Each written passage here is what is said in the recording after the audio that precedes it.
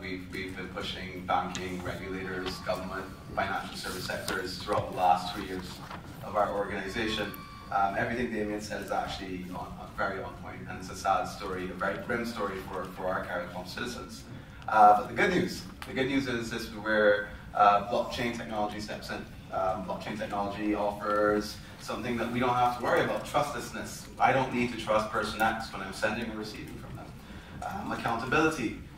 Every transaction is stored in an immutable ledger, can't be muted or forged, so that provides a very high level of transparency. Now, we can talk about a couple of things. I didn't prepare a presentation, unfortunately, so I'm going to be all over the place. I made a couple of notes based on what Damien had said. Let's start from the top. Financial inclusion. Very big problem down here in the Caribbean. We all want to get paid, but there's no real solution to get paid outside of the Caribbean. As a matter of fact, in Barbados, getting paid from a Trini or a Jamaican is a process on its own, much less a United States citizen.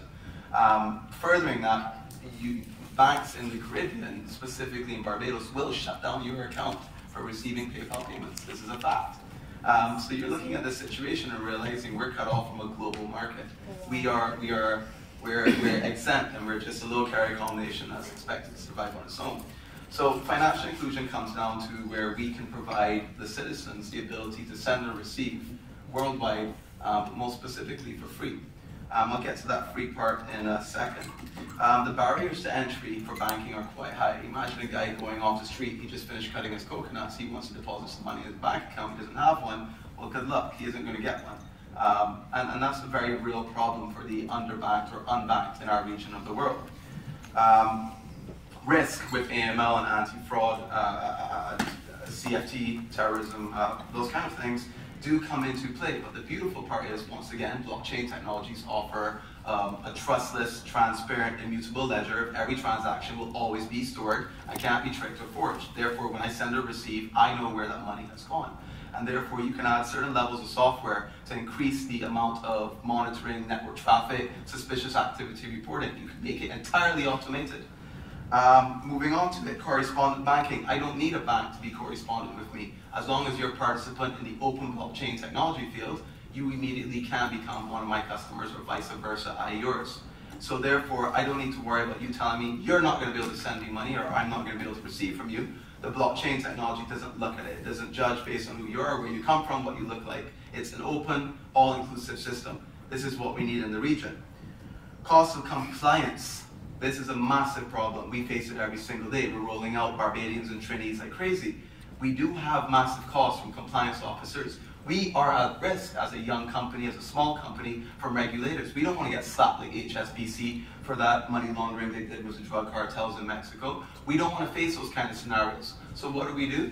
We add more layers of technology. We use technology to downsize human error. Compliance is fine. You still need a compliance arm there. You still need a physical human counterpart.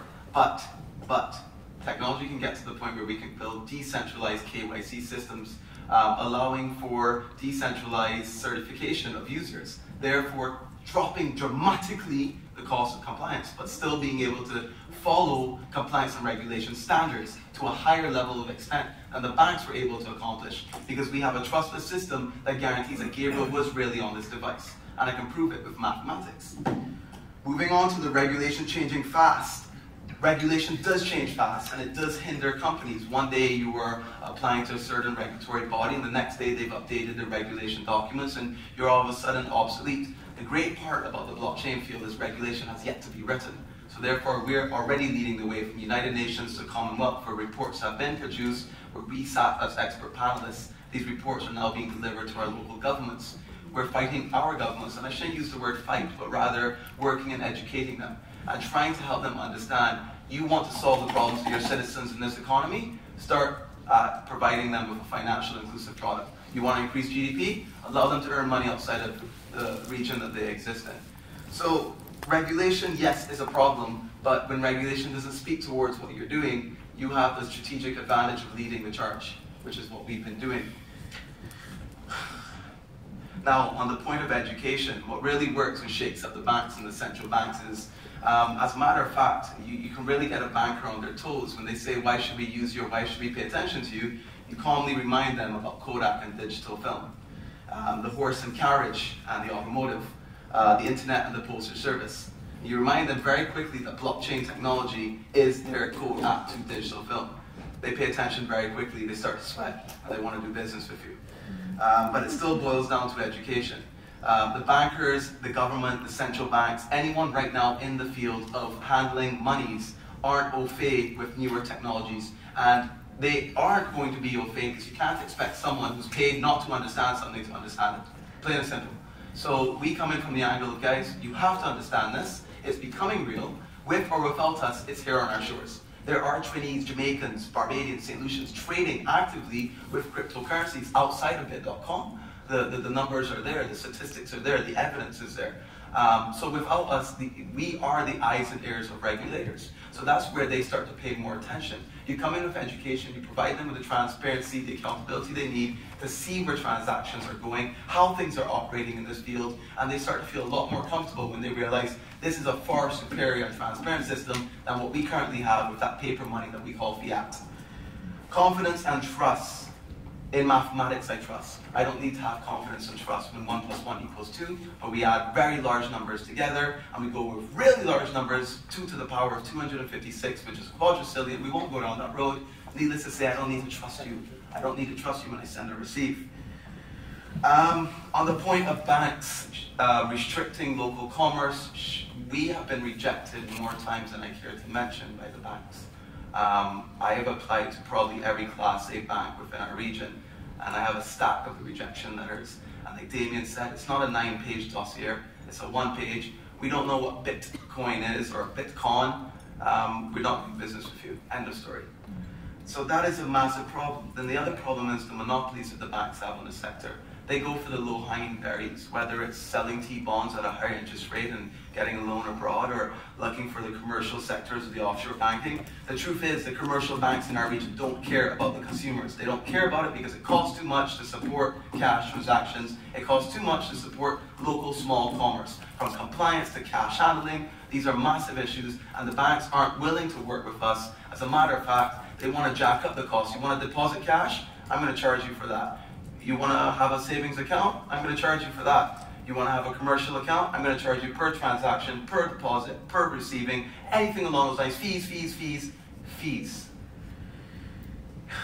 There's a difference between consumer and commercials. The consumer banking is out there, it's sort of lacking, but it's really the consumers that get burnt the worst in this market. You want to see GDP growth and the growth of our economy? Start looking at what we can do for our consumers, the average Joe on the street. Whether it's going online and selling a breadfruit, or doing a voiceover, or doing someone's accounts. Being able to be paid micro-transactions, $5 at a time, when a wire transfer via Western Union costs $60 just to initiate. How am I going to get paid 5 or 10 or 20? It's not going to happen. Consistent database. You mentioned that. The CARICOM needs a consistent database of trust. That is the blockchain, my friends. A database that we don't need to trust because it's perfect in its existence. It's managed by millions of PCs of computers around the world running very complex mathematical calculations, providing a system called proof of work. And this proof of work scenario allows us to have a database that we can trust.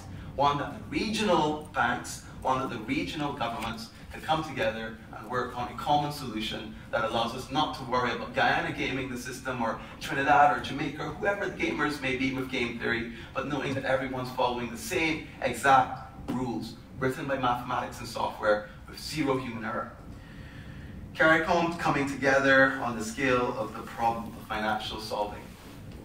This is the holy grail. If we can come together with 18 full member states to provide a CARICOM interconnected settlement system, we could do a lot. We can actually have the United States of the Caribbean properly functioning.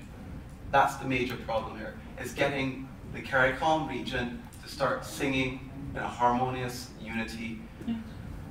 I think that if we come after it with the right solutions from banking and we look at the right technology, we can solve this problem in under 12 months.